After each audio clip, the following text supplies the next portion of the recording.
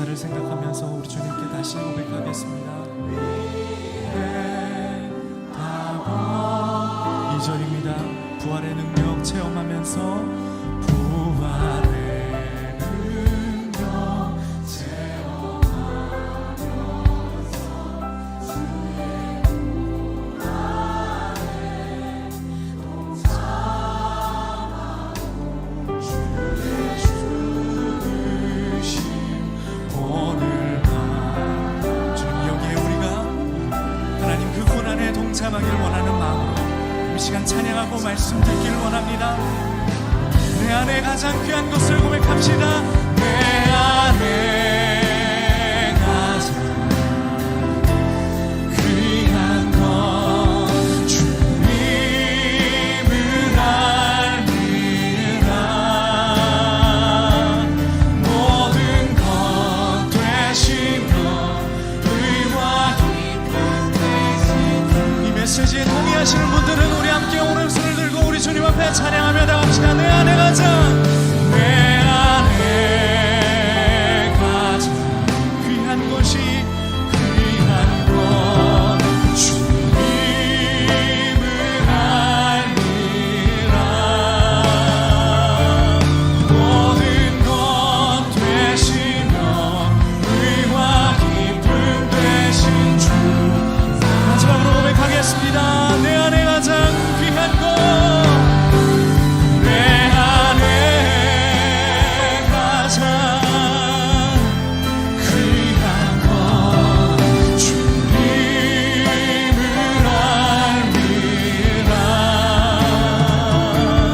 모든 것 되시며 의와, 여러분의 모든 것 되시며 모든 것 되시며 의와 모든 것 되시며 모든 것 되시며 의와 기쁨 되신 주 사랑합니다.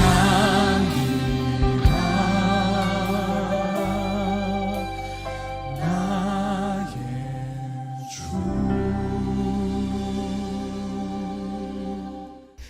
오늘도 6.19 온전함 기도회에 함께 하시는 한 분 한 분을 주님의 이름으로 축복합니다.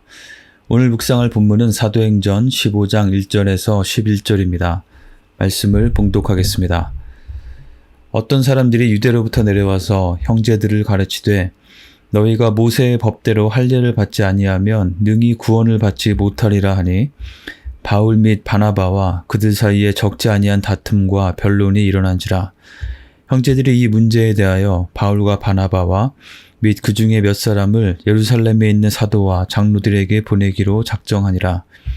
그들이 교회의 전송을 받고 베니게와 사마리아로 다니며 이방인들이 주께 돌아온 일을 말하여 형제들을 다 크게 기쁘게 하더라.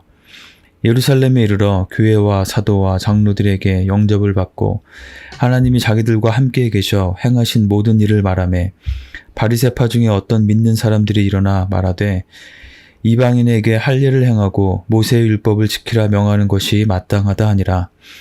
사도와 장로들이 이 일을 의논하러 모여 많은 변론이 있은 후에 베드로가 일어나 말하되 형제들아 너희도 알거니와 하나님이 이방인들로 내 입에서 복음의 말씀을 들어 믿게 하시려고 오래전부터 너희 가운데서 나를 택하시고 또 마음을 아시는 하나님이 우리에게와 같이 그들에게도 성령을 주어 증언하시고 믿음으로 그들의 마음을 깨끗이 하사 그들이나 우리나 차별하지 아니하셨느니라.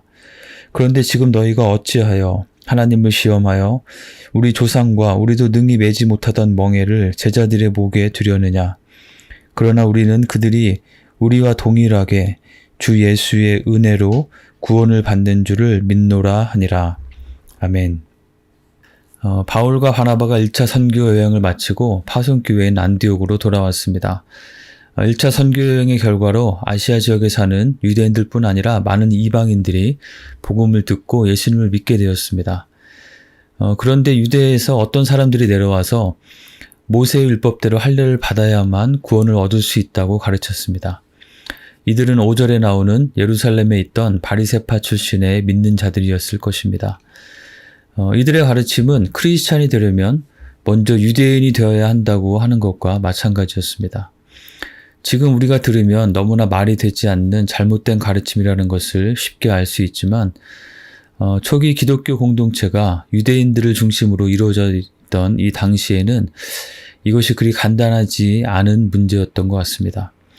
특히 예루살렘 교회 안에 이러한 생각을 가진 세력이 적지 않았고 또 그들의 주장도 상당한 지지를 받고 있었던 것으로 보입니다. 안디오게까지 찾아와서 그렇게 가르치는 사람들이 있었고 또 그들이 바울과 바나바에 대항하여 적지 않은 다툼과 변론을 했고 그래서 결국 예루살렘에 있는 사도들과 장로들의 판단을 구하기로 해야 할 정도였고 또한 7절에 보면 예루살렘에서도 결론을 내리기 전에 이에 대한 많은 변론이 있었다고 오늘 본문은 기록하고 있습니다. 어렸을 적부터 평생 유대인으로서 모세의 율법을 지키려 노력해왔고 특히나 할례를 받는 것은 하나님의 백성의 표징이라고 믿어왔던 그들은 만약에 이방인들이 예수님을 믿고 하나님의 자녀가 되려 한다면 최소한 할례는 받아야 하지 않겠느냐고 생각하고 주장했던 것입니다. 오늘 본문을 묵상하면서 성 어거스틴이 한 말로 알려져 있는 문구가 생각이 났습니다. 본질에는 일치를, 비본질에는 관용을, 모든 일에는 사랑을 이라는 말입니다. 정말 본질에 해당하는 중요한 진리에 대해서는 일치, 유니티를, 그리고 본질이 아닌 부수적인 것들에 대해서는 서로 다른 것에 대한 관용, 리버티를, 그리고 그 모든 일에 사랑, 체리티가 바탕이 되도록 해야 한다는 말입니다. 자, 그렇다면 오늘 본문의 상황에서 본질에 해당되는 것은 무엇이고 비본질에 해당하는 것은 무엇일까요? 본질은 11절에 기록된 대로 우리가 구원을 받는 것은 오직 예수님의 은혜로 받는 것이지 거기에 다른 어떤 것도 더할 수 없다는 것입니다. 하나님께서는 유대인이나 이방인이나 차별하지 않고 동일하게 대하셔서 복음을 듣고 믿음으로 반응할 때 구원을 주시고 성령을 주셔서 증언하여 나타내어 주신다는 것입니다. 이방인은 이방인인 채로 복음을 듣고 믿음으로 예수 그리스도의 은혜로 말미암아 구원을 얻는 것이지 이방인이 구원을 받기 위해서 먼저 유대인이 되어야 할 필요는 없다는 것입니다. 할례의식을 비롯한 유대적인 정치동을 따르는 것은 비본질적인 것이었는데 이러한 비본질적인 요소를 본질적인 것으로 생각하고 주장하는 세력이 있었기 때문에 초대교회는 사도들이 있는 예루살렘에 모여서 무엇이 본질이고 무엇이 비본질인지에 대한 판단을 하게 된 것입니다. 이 예루살렘에서의 사도들과 장로들의 모임을 교회사에 처음 등장하는 최초의 예루살렘 공의회라고 부릅니다. 이 모임에서의 판단은 앞으로의 복음 전파의 양상을 결정하는 매우 중요한 것이었습니다. 유대인들 중심으로 유대적인 문화의 그릇에 담겨있는 이 복음을 타문화권인 이방인에게 전할 때 그 그릇을 유대적 문화의 그릇으로 제한할 것인지 아니면 자유롭게 다양한 각 문화의 그릇에 담게 할 것인지를 결정하는 중요한 모임이었던 것입니다. 만약에 여기에서 바리새파 교인들의 주장을 받아들여서 모세의 율법을 지키고 할례를 받도록 하는 것이 본질적인 것이라고 판단하고 결정했다면 그것은 바울과 바나바의 1차 선교 여행에서 경험한 이방인들 가운데 있었던 놀라운 구원과 성령의 역사를 부정하게 되는 것이고 그뿐 아니라 만약에 그것이 계속 유지되었다면 아마 지금 우리도 예수님을 믿고 구원받기 위해서는 유대인의 전통을 따라야 한다는 그러한 가르침 하에 살고 있을 것입니다. 이것은 모든 민족에게 복음이 전파되는데 엄청난 장애물이 되었을 것이고 모든 인류를 위한 복음이 그저 유대교의 한 분파 정도로 머물게 되어서 어쩌면 우리에게까지는 전해지지 않았을 수도 있을 것입니다. 그러나 이 모든 과정은 성령의 인도하심에 따라 진행되었고 특히나 사도들 중에서도 영향력이 컸던 사도 베드로로 하여금 이방인 백부장 고넬료와의 만남을 미리 갖게 하시고 또 직접 경험했던 이방인 선교의 그런 시간들을 통해서 이방인에게도 동일하게 역사하시는 하나님을 베드로가 미리 경험하게 인도하심으로 이 예루살렘 공의회에서의 결정에도 중요한 역할을 할 수 있도록 하셨습니다. 그리고 내일 이어지는 본문을 보면 이 바울과 바나바를 통해서 증언되는 하나님의 역사하심에 대한 이야기들과 또 선지자를 통해 기록된 말씀을 기준으로 하여 예루살렘 공의회의 지도자들은 본질과 비본질을 구분하는 바른 판단을 하게 되었고, 이것은 이방인 가운데도 아주 빠른 속도로 복음이 전하여질 수 있게 했던 것입니다. 인도의 선교사였던 M.R. 토머스 선교사님은 이 장면에 대해서 복음을 자유롭게 함이라는 표현으로 묘사하고 있습니다. 복음이 비본질적인 유대적 문화의 틀에 얽매이지 않고 자유함을 가지고 자유롭게 전파될 수 있게 되었다는 것입니다. 오직 예수 십자가의 은혜로 구원을 얻는다는 이 본질과 진리를 철저하게 지키고, 문화적인 요소에 대해서는 비본질적인 것으로 구분하여 자유롭게 하는 이 결정을 통해서 복음은 힘있게 문화적인 장벽들을 넘어서 모든 민족을 향하여 전하여질 수 있게 된 것입니다. 우리에게도 이와 같이 본질과 비본질을 구분하는 지혜가 필요하겠습니다. 특히나 비본질적인 것을 가지고 그것이 마치 본질에 해당하는 것이냐, 그것으로 인해서 나와 다른 사람을 판단하고 대립하고 나뉘어지는 일이 없도록 해야겠습니다. 그런데 그것은 사실상 그리 쉬운 것은 아닌 것 같습니다. 유대인 중에도 특히나 율법을 철저히 지키려는 것을 중요시하며 살던 바리새파 배경의 그리스도인들은 모세의 율법에 여러 가지 그 의식에 대한 율법을 지키고 또 할례를 행하는 것을 너무나 중요하게 생각하며 평생을 살아왔기 때문에 그들에게는 그것이 마치 본질에 해당하는 것처럼 느껴졌던 것입니다. 우리 모두는 자기 문화 중심성을 가지고 있기 때문에 나에게 익숙한 것, 내가 지켜온 틀을 옳은 것으로 여기고 그것을 본질적인 것으로까지 생각하며 주장하게 되는 경향이 있습니다. 제가 캄보디아에 사역할 때 라이프 대학교에서 매일 아침에 있는 모닝 체프를 담당했었습니다. 크리스찬 학생들을 중심으로 찬양팀을 구성해서 찬양 인도를 하게 했는데, 어느 날 교수님들 중에서 한국에서 은퇴하고 교수 사역을 하기 위해 오신 장로님 한 분이 제게 찾아오셔서 매우 심각한 표정으로 말씀하신 적이 있습니다. 그 말씀의 내용은 학생들에게 찬송가를 가르쳐야겠다는 말씀이셨습니다. 학생들은 주로 영어로 된 찬양을 불렀고 또 캄보디아 특유의 약간 트로트처럼 부르는 그런 곡조를 불렀는데 그것이 매우 불편하셨던 것입니다. 당신께서 비용을 댈 테니 한국 찬송가를 구입해서 학생들에게 다 나눠주고 가르쳐서 찬송가를 부르면서 제대로 된 예배를 드릴 수 있게 하자는 의견이셨습니다. 너무나 강력하게 말씀하셔서 그냥 들어드리기는 했지만 물론 그대로 실행하지는 않았습니다. 그분의 심정은 이해가 되었지만 우리가 드리는 예배도 무엇이 본질이고 또 무엇이 비본질적인 것인지를 구별할 수 있는 것이 필요하겠다는 것을 생각하는 기회가 되었습니다. 비본질적인 것에 대해서 자신의 생각을 계속 고집하고 주장하면 그것은 결국 불필요한 갈등과 분열을 초래하게 될 뿐인 것입니다. 공동체 안에서, 가정에서, 직장에서, 다른 사람들과의 관계에서 이 비본질적인 것에 집착하느라 본질적인 것마저 놓치고 망가뜨리게 되지 않도록, 혹시 우리에게 그런 모습이 있지는 않은지, 혹시 나에게 불편하게 느껴지는 어떤 대상이 있다면 혹시 그것이 내가 비본질적인 것을 집착하고 있기 때문인 것은 아닌지 돌아보아야 하겠습니다. 오늘 본문의 장면 가운데 한 가지 더 인상적인 것은 초대교회 공동체가 이 본질과 비본질에 대한 판단을 내리는 과정에 대한 것이었습니다. 안디옥에서 바리새파와 또 바울 바나바 간의 견해의 차이가 있을 때 그들에게는 다툼과 변론이 있었다고 했습니다.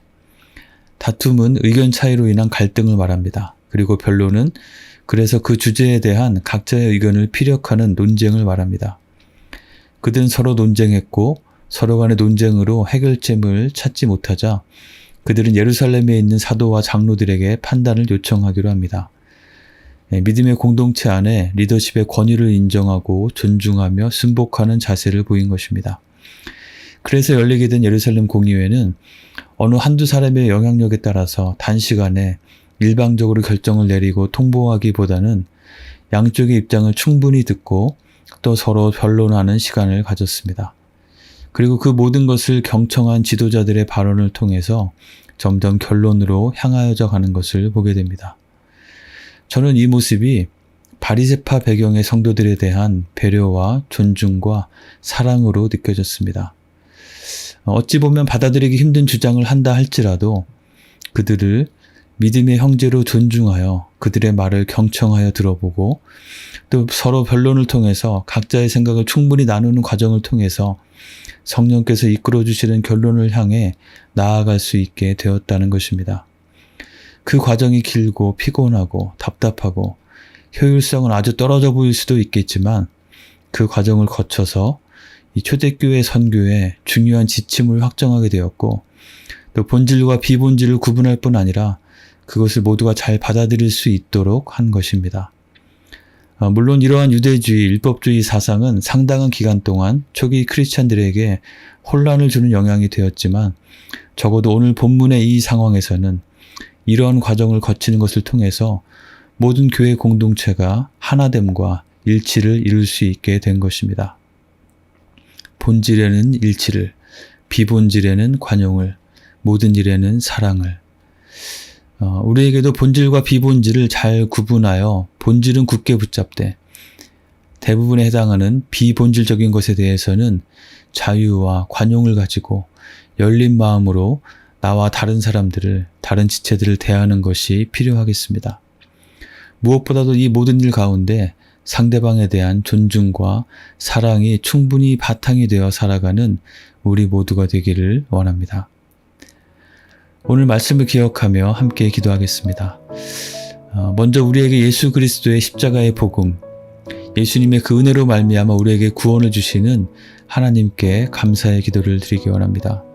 우리에게 어떤 문화적 종교적 의무를 지우지 않으시고 오히려 우리를 복음으로 자유케 하시는 하나님을 찬양합시다.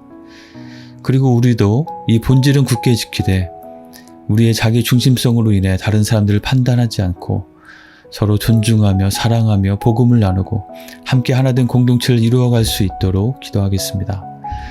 나에게 불편하게 느껴지는 어떤 사람이 있다면 이 본질에는 일치를, 비본질에는 관용을, 모든 일에 사랑을이라는 이 말을 어떻게 적용하면 좋을지 지혜를 주시도록 함께 기도하도록 하겠습니다.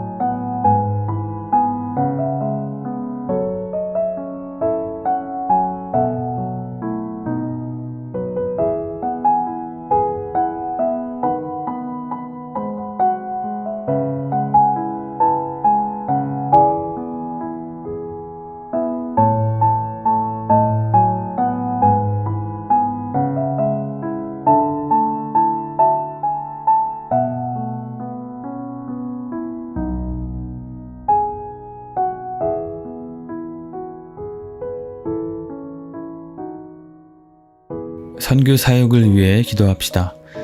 국내 선교팀은 사역을 잘 마치고 돌아오게 되었고 현재 한국 선교팀이 경남 양산 지역에서 영어 캠프 사역을 하고 있습니다. 우리 교회에서는 초등부의 에런 전도사님과 또 유스의 세미 최 자매가 참여하고 있고 LA에서 온 다른 선교팀과 함께 한 팀을 이루어서 사역을 하고 있습니다. 이 모든 시간 가운데 안전과 건강을 지켜주시도록 특별히 한국의 어린 자녀들과 청소년들을 대상으로 하는 이 사역에 귀한 열매를 주시도록 간절히 기도하겠습니다. 또한 각 목장과 마을에서 동역하는 선교지를 위해서도 함께 기도하겠습니다.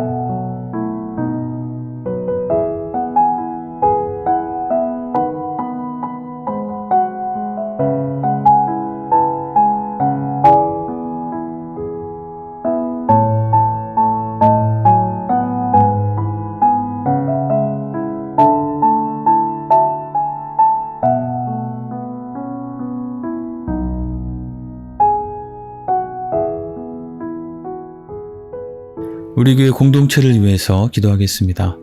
이번 금요일에 있는 엎드림 찬양 기도회를 통해서 온 성도들이 주님께 더 가까이 나아가는 시간이 될 수 있도록 기도합시다. 또 7월 목장 개편 후에 토요일마다 진행되고 있는 목장사역 세미나를 통해서 우리 목장사역에 필요한 부분들이 잘 세워지고 우리 새로운 목장이 한마음으로 힘있게 시작될 수 있도록 함께 기도하겠습니다. V24 프로젝트 진행 과정에 하나님께서 함께 해주시고 특별히 온 성도들이 한마음으로 함께 헌신하며 이 사역을 잘 감당할 수 있도록 기도합시다. 마지막으로 우리 가운데 있는 연약한 지체들 기억하면서 하나님께서 오늘도 힘을 주시고 위로하여 주시고 주님의 치유의 손길로 만져주시도록 함께 간절히 기도하도록 하겠습니다.